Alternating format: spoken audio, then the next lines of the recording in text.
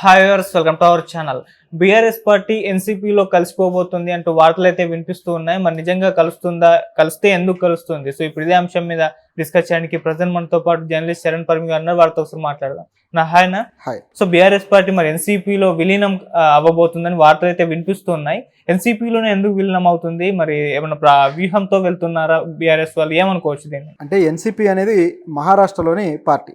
అయితే బీఆర్ఎస్ ఎన్సీపీలో విలీనం అవడం అనే ప్రస్తావన ఇప్పుడు కొద్దిగా ఆశ్చర్యకరమే. ఎందుకంటే ఇప్పటిదాకా బీఆర్ఎస్ పార్టీ మీద వచ్చిన వార్తలు ఏంటంటే బీఆర్ఎస్ బీజేపీలో కలుస్తుంది అనే వార్తలు అయితే బాగా వైరల్ అయ్యాయి. రెండోది దానికి సంబంధించి చర్చలు జరిగాయి, అనేక వాదోపవాదాలు జరిగాయి అన్నట్లుగా రకరకాలుగా వచ్చాయి. దీంట్లో ముఖ్యంగా కవిత గారి బెయిలే ముఖ్యమైన కారణం దానికి అన్నట్లుగా కూడా మనం గత మీడియా సంస్థల్లో రకరకాలుగా మాట్లాడారు. అయితే ఇదేది కూడా నిజంగా జరగలేదు, కేవలం వార్తల రూపంలో వచ్చాయి, అలాగే ఆగిపోయాయి.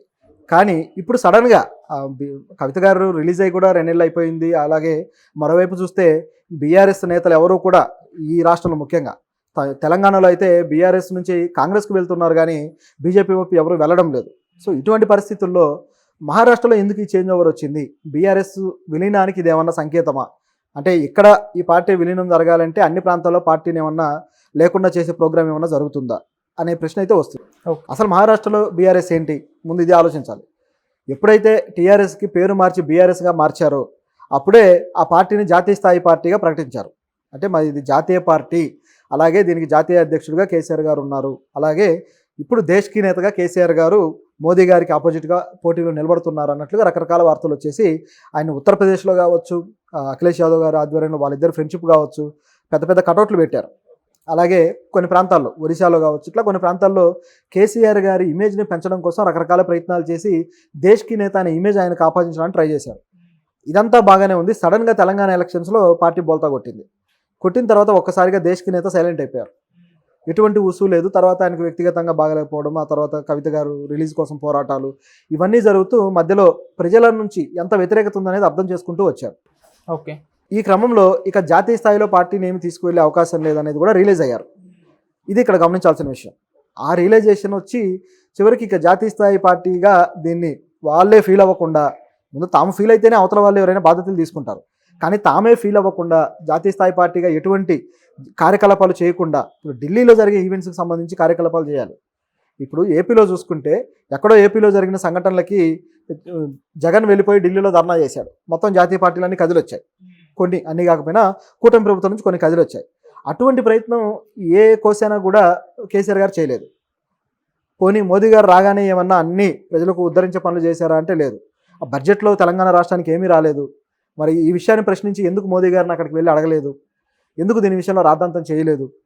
ఇటువంటి ప్రశ్నలు చాలానే ఉన్నాయి. అంటే తమ పార్టీని జాతీయ పార్టీగా కాకుండా, కనీసం కేంద్ర ప్రభుత్వాన్ని ప్రశ్నించే తరహా పార్టీగా కూడా కాకుండా ఒక స్తబ్దుగా అలా నిలబడిపోయే పార్టీగా మార్చేసుకున్నారు వాళ్ళు. దీంతో ఈ పార్టీకి రాష్ట్రంలోనే ఉనికి ఉందా లేదా అన్న ప్రశ్న ఎదురైంది. ఇప్పటికీ కూడా డౌట్ ఉంది, ఏదో ఒక రోజు కలుస్తుందేమో బీజేపీలో అని. సో ఈ డౌట్ తోటే ఈ నాయకులందరూ కూడా వాళ్ళ దారి వాళ్ళు చూసుకుంటున్నారు. ఈ క్రమంలో మహారాష్ట్రలో ఎలా ఉంటుంది పరిస్థితి? అసలైన నాయకులు ఉన్న చోటే పార్టీ ఇలా ఉంది. సో మహారాష్ట్రలో ఆటోమేటిక్గా పూర్తిగా స్తబ్దుగా అయిపోయింది.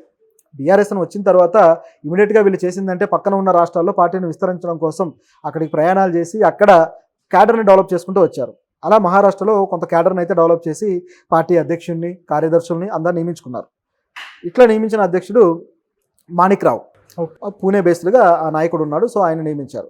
ఇలా ఉంటే ఇప్పుడు ఆ పార్టీ నాయకుడితో సహా, మాణిక్ రావుతో సహా ఆయన అనుచరులు బీఆర్ఎస్లో ఎవరైతే ఉన్నారో వీళ్ళందరూ కలిసి శరద్ పవార్ గారి నేతృత్వంలోని నేషనలిస్ట్ కాంగ్రెస్ పార్టీ ఎన్సీపీ ఇందులోకి జాయిన్ కాబోతున్నారు. అయితే ఈ పార్టీలోకి ఎందుకు అవుతున్నారంటే మహారాష్ట్రలో ఐరన్ మ్యాన్గా పేరున్న వ్యక్తి శరద్ పవార్. ఆయనకున్న పవర్ అంతా ఇంత కాదు, జాతీయ రాజకీయాల్లో కూడా అత్యంత ఇన్ఫ్లుయెన్స్ కలిగిన వ్యక్తి. ఆయన నుంచి ఆయన అల్లుడు పార్టీని చీల్చి ఆయనకు పార్టీ పగ్గాలు లేకుండా చేద్దామని ఏదో ప్రయత్నించి దెబ్బతిన్నాడు. ఆయన వెనకాల మళ్ళీ బీజేపీ ఉంది అనే విషయం కూడా అందరికీ తెలిసిందే. అట్లా దెబ్బతిని మళ్ళీ ఇక మామ చెంతకే చేరాల్సిన పరిస్థితి ఏర్పడింది. సో ఇంత ఘోరమైన సిచ్యువేషన్ ఉంది అక్కడ. మరోవైపు చూసుకుంటే బీజేపీ శివసేనను అదే విధంగా చీల్చి ఒక శివసేన, కొత్తది మాదే శివసేన అంటూ ఏక్నాథ్ షిండే ఆధ్వర్యంలో ప్రభుత్వాన్ని కూడా ఏర్పాటు చేశారు. ఇప్పటికి కూడా మాదే అసలైన శివసేన అని చెప్పుకుంటారు, కానీ ప్రజల మద్దతు మరోవైపు ఉంది, ఉద్ధవ్ ఠాక్రే వైపు ఉంది అనేది కూడా అందరికీ తెలిసిందే. ఇట్లా అక్కడ పార్టీలు త్రిముఖ పార్టీలు కూడా కాకుండా పంచముఖ పార్టీలు అనాలి. అంటే పంచముఖ కొట్లాట జరుగుతుంది అక్కడ. బీజేపీ, కాంగ్రెస్, ఎన్సీపీ 1-2, అలాగే శివసేన 1-2. సో ఇన్ని జరుగుతున్నాయన్నమాట. ఇందులో బీఆర్ఎస్ తన స్థానాన్ని వెతుక్కొని తాను ఉనికిని కాపాడుకోవడం అనేది సాధ్యమయ్యే పని కాదు. కాబట్టి అక్కడ నాయకులు కూడా స్తబ్దుగా ఉండిపోయారు. పార్టీ పరంగా ఎటువంటి కార్యాచరణ లేదు. మొత్తానికే ఫెయిల్యూర్గా ఉంది ఆ పార్టీ. సో ఇక లాభం లేదు. త్వరలో ఎలక్షన్లు రాబోతున్నాయి.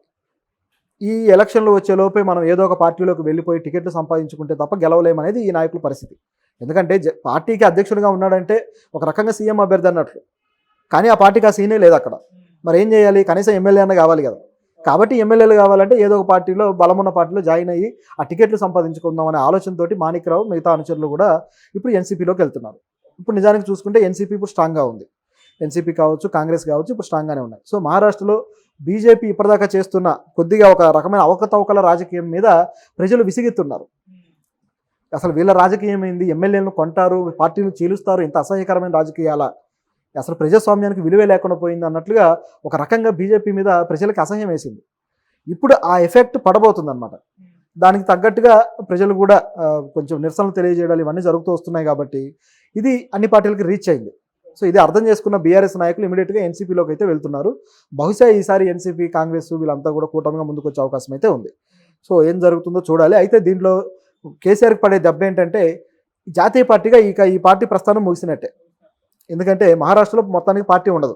అందరూ వెళ్ళి జాయిన్ అయిపోతే పార్టీ కార్యాలయం ఉండదు, పార్టీ ఉండదు. పక్కనే ఉన్న మహారాష్ట్రలోనే ఇటువంటి పరిస్థితి ఉంటే ఇక ఉత్తర భారతదేశంలో ఎక్కడ ఉంటుంది? ఎక్కడ అవకాశం ఉంది? ఆ ఛాన్సే లేకుండా చేసుకున్నారు. కాబట్టి ఇక పార్టీ జాతీయ స్థాయి పార్టీగా మర్చిపోయి రాష్ట్రంలో ఉనికిని కాపాడుకునే పనిలో పడతారేమో చూడాలి. ఓకే, టీఆర్ఎస్గా మార్చే అవకాశం ఏమైనా ఉందా మరి? బీఆర్ఎస్ నుంచి టీఆర్ఎస్ అలా మారిస్తే మళ్ళీ పరువు పోగొట్టుకున్నట్టు అవుతుంది. కాబట్టి మార్చరేమో అనిపిస్తుంది. ఎందుకంటే భారత అనే దాంట్లో కూడా జాతీయ ఇది ఉంది. పైగా మొన్న ఎలక్షన్స్లో కూడా ఆ టీఆర్ఎస్ అనే పార్టీ అది మారిస్తే బాగుండేది, టీఆర్ఎస్ అనే పదం వస్తే బాగుండేది అని రకరకాలుగా ప్రజలు అనుకున్నారు. ఎందుకు అనుకోవాల్సి వచ్చింది అంటే పార్టీ ఉనికిని టీఆర్ఎస్తోనే వీళ్ళు ఫీల్ అవుతూ ఉన్నారు, కనెక్ట్ అవుతున్నారు, కానీ బీఆర్ఎస్కి కనెక్ట్ అవ్వలేదు. మరి దాన్ని దృష్టిలో పెట్టుకొని మార్చే ఛాన్స్ ఉండుంటే అప్పుడే చేసి ఉండేవాళ్ళు. కానీ ఎందుకు చేయలేదంటే జాతీయ స్థాయి పార్టీగా మార్చాలని అప్పటి నుంచే వాళ్ళ ఉద్దేశాలు ఉన్నాయి కాబట్టి దాన్ని కదిలించలేదు. రెండోది వచ్చేసి తెలంగాణ అనే సెంటిమెంట్ ఇప్పుడు ఇక ప్రజలు కూడా ఫీల్ అవ్వట్లేదు. మాకు అభివృద్ధి కావాలి, 10 ఏళ్ళు పరిపాలన చేశారు ఆ సెంటిమెంట్ తోటి, ఈ 10 ఏళ్ల తర్వాత అయినా మమ్మల్ని అభివృద్ధి చేయండి. 10 ఏళ్లలో తెలంగాణను చెప్పుకున్నారు, ఇతర ప్రాంతాల వాళ్ళకి రకరకాలుగా మనం అడ్డుకోగలిగాము, వాళ్ళు మన నుంచి లాక్కుంటున్న హక్కులన్నీ తిరిగి లాక్కోగలుగుతున్నాము, మన ఉనికిని కాపాడుకోగలుగుతున్నాము. ఇన్ని చేస్తున్నప్పుడు ఇంకా తెలంగాణ వాదంతో ఎందుకు రావడం? మనకు కావాల్సింది ఏంటి? అభివృద్ధిని తీసుకురండి అని చెప్పేసి ప్రజలు అడుగుతున్నారు. ఇప్పుడు బీఆర్ఎస్ ప్రభుత్వంలో ఎందుకు నిరసనకారులు ఎవరైతే నిరుద్యోగులు ఉన్నారో, ఎవరైతే ఆర్టీసీ కార్మికులు ఉన్నారో, ఎవరైతే వీళ్ళందరూ బయటకు వచ్చి ఎందుకు ధర్నాలు చేశారు, ఎందుకు ఇంత రోడ్లు ఎక్కారు అంటే ఆ సెంటిమెంట్ లేక కాదు, వాళ్ళందరికీ ఉంటుంది సెంటిమెంట్. కాకపోతే ప్రజల అభివృద్ధిని పట్టించుకోకపోతే విమర్శలు వస్తాయి ఖచ్చితంగా.